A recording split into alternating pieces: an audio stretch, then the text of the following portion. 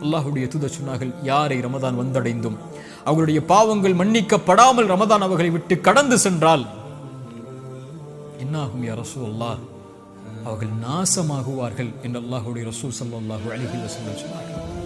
இந்த ரமதான் அல்லாஹ்வுடைய அருளை பெறுவதற்கான மாதம், ரமதான் தொழுகைக்கான மாதம், ரமதான் குர்ஆனுக்கான மாதம், ரமதான் நோன்பிற்கான மாதம். யா பாகியல் கைரி அக்பில், நன்மையில் விரைபவர்களை முன்னேறுங்கள் என்று அழைப்பு கொடுக்கப்படும்.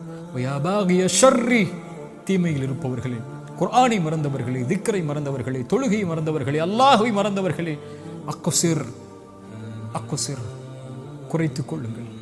வலில்லாஹி உத்தகாஉ மினன் நார், நரகத்திலிருந்து இந்த ரமதானில் விடுதலையாக கூடியவர்கள் இருக்கிறார்கள். ரசூலுல்லாஹ் சொன்னார்கள், ஒவ்வொரு இரவிலும். சுப்ஹானல்லாஹ், ரமதானை பயன்படுத்துங்கள், கண்ணியத்தோடு ரமதானை கழியுங்கள், அதிகம் அதிகம் நன்மைகளை செய்யுங்கள், அதிகம் அதிகம் வணக்க வழிபாடுகளில், குர்ஆனில், திக்ரில் நன்மைகளை